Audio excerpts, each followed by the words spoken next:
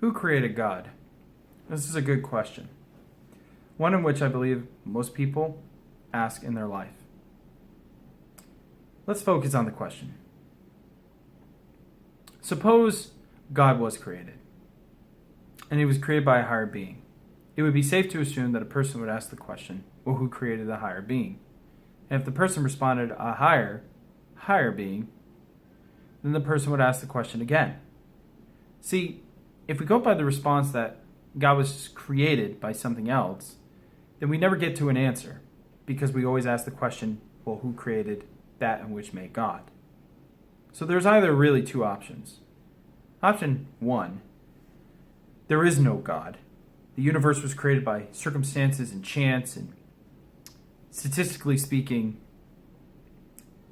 that doesn't seem very possible. Considering if we were any closer to the sun, we would burn up. If we were any further away from the sun, we'd freeze to death.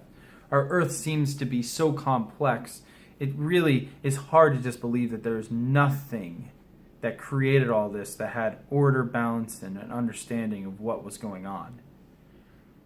I know that's probably not always popular amongst the atheists, but for myself, before I found Jesus, it didn't really help in answering about things like morality. And if the Big Bang existed and always has existed, what created the Big Bang? The option number two is that there is a God, and he created everything in which is around us that is good and holy. So time, space, and matter are which governs and directs everything in this universe. So if God is not God, he would be confined and controlled by time, space, and matter.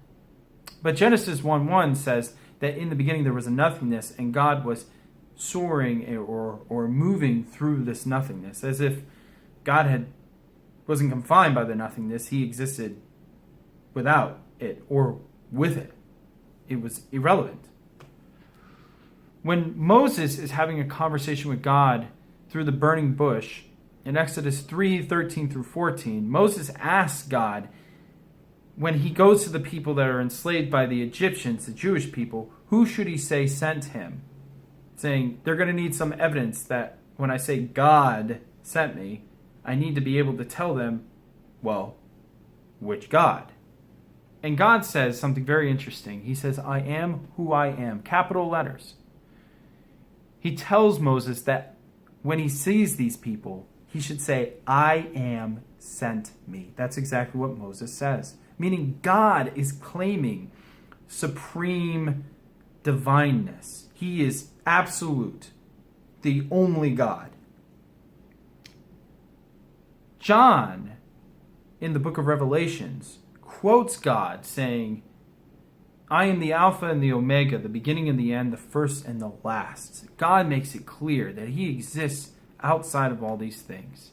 Again and again, over and over again, God assures us that when everything ends, he will still exist like he did in the beginning.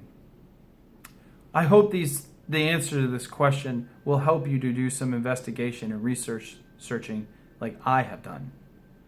You may feel like your questions are just day-to-day and not important, but I am the day-to-day apologist, and I do appreciate your question. Thanks for asking.